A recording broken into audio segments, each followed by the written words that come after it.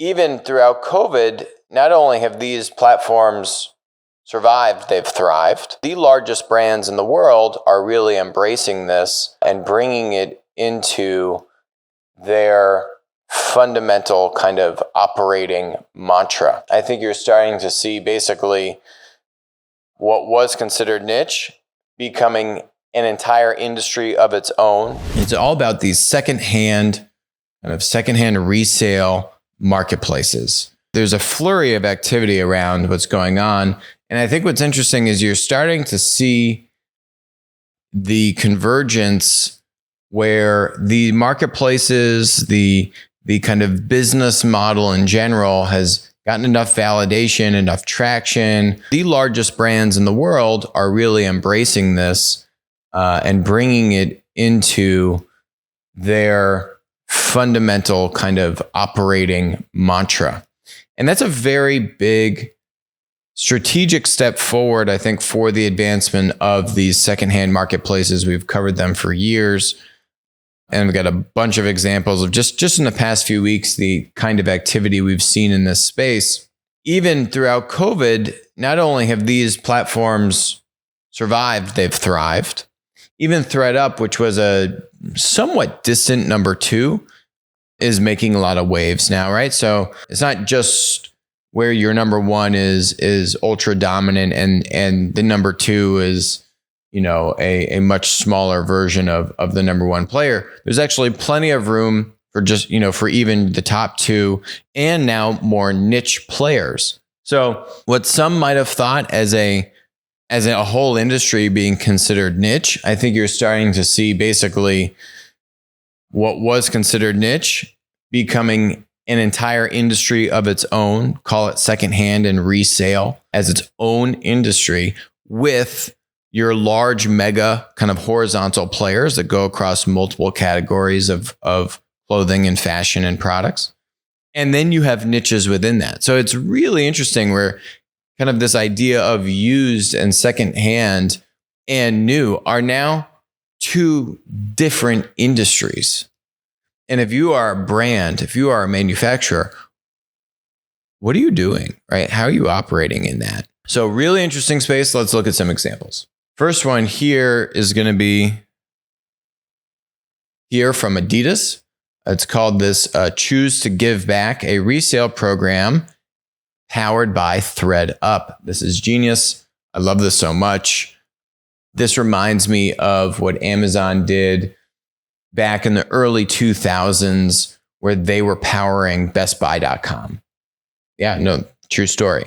That actually Amazon powering BestBuy.com was how they kind of got the inside track to really then launch their own kind of direct B2C marketplace prowess, because they could see the challenges inside the belly of the beast of Best Buy and others. Not exactly the same story because Amazon didn't have a lot of scale on its own right before working with Best Buy, but still, this kind of deep enterprise integration is actually a very powerful strategic move that I love ThredUp really trailblazing this. So it's really great. And the whole ethos, the why Adidas wants to do it is saying, hey, we want to help you end plastic waste. You can obviously resell Adidas, but they're saying that you can put any brand through this program because that's the power of the marketplace, because this is from ThredUp as opposed to an Adidas only play. Then you can only send in Adidas clothing to the program. Well, that kind of doesn't match with the whole mantra of sustainability and reducing plastic waste, right? So because you have the marketplace integration, you can now take any brand, but Adidas gets to bring this forward with their consumers and kind of leverage that scale and close that cycle. So that's really cool.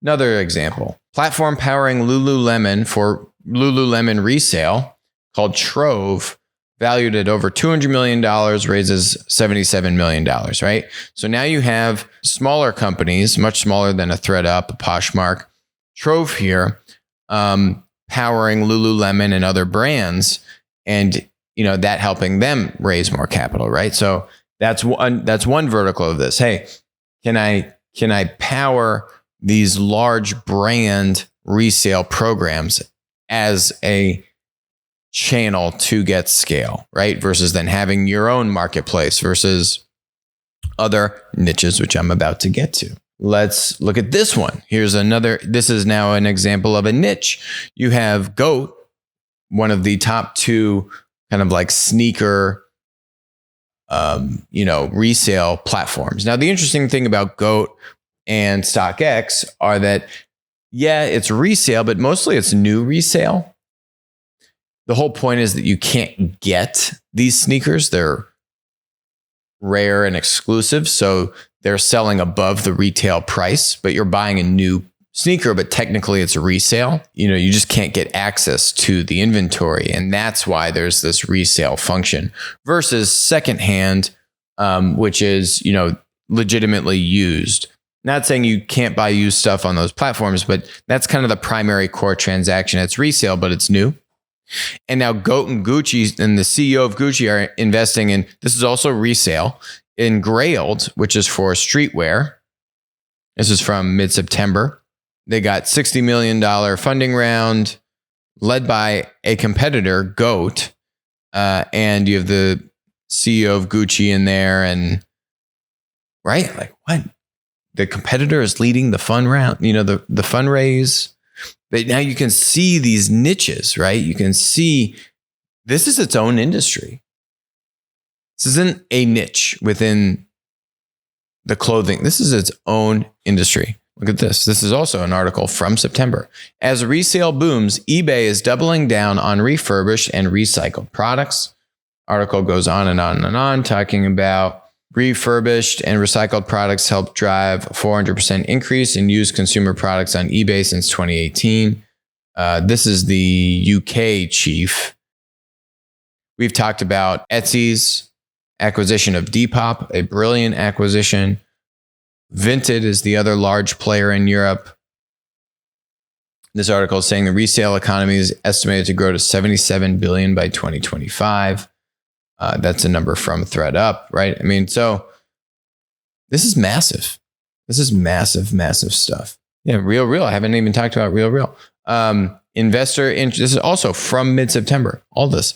Investor interest in secondhand retailers like the Real and ThreadUp continue to rise as sales expand.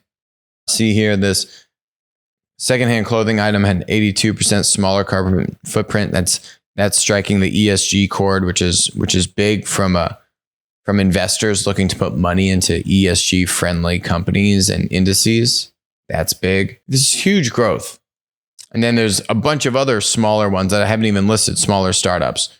Curtsy for Gen Z women raised $11 million. Vinted, I spoke about raising $300 million. This one, List, Vestiaire Collective. We've spoken about that on the show in the past, right? This isn't the dawn of a new industry. This is a new industry, which these founders have been talking about this. We've been covering this on the show for years. But now I think the media at large and certainly some of the leaders at large brands are realizing it. Begs the question, and we've actually asked this in the past, right? What's Nike doing? Right? Like, where's Nike in all of this? I see Lululemon. I see Adidas. I see Gucci and their broader Artemis group making tons of moves that we've cataloged on the show. What's Nike up to? Remember, we've talked about Nike's new CEO, this guy named John Donahoe. You want to know what his job was before this? Is in 2005, John was hired as president of eBay Marketplaces. And then in 2008, he was appointed CEO of eBay. The former CEO of eBay is now the CEO of Nike since January of 2020, mind you. He's had some time under his belt. Chairman of PayPal, guy understands platforms. What's Nike doing? Where is Nike? All this stuff. This is going on for years. What's Nike doing? Very bizarre. Very bizarre. Maybe they're just too big for their own britches. They can't recognize that rather than, what happened to them on Amazon, they were working with Amazon, then they pulled their stuff from Amazon, then they said, we only want to distribute this ourselves. How did they lean in and start to look at partnering with and taking a stake in one or multiple of these marketplaces in the secondhand resale space? Otherwise, you're going to be where you are with Amazon today, which is, they've become the giant. You don't have a strategic play, and you kind of retrench to your own distribution, which is not small. But also, where is the environmental? Where is all of that from Nike saying, hey, we should really look at the impact we could have on the world if they were to embrace this more aggressively and make moves and really lead the industry?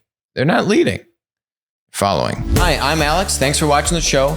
Make sure to hit that subscribe button, but even better, make sure to follow us on Odyssey, follow us on Rumble, and text us 203-646-5159. Text the word Monopoly. You'll be subscribed. You'll get updates about when we're going live, our latest videos, and we'll send you even a little goodie bag. And in the event that we all get banned from big tech, we'll still be connected.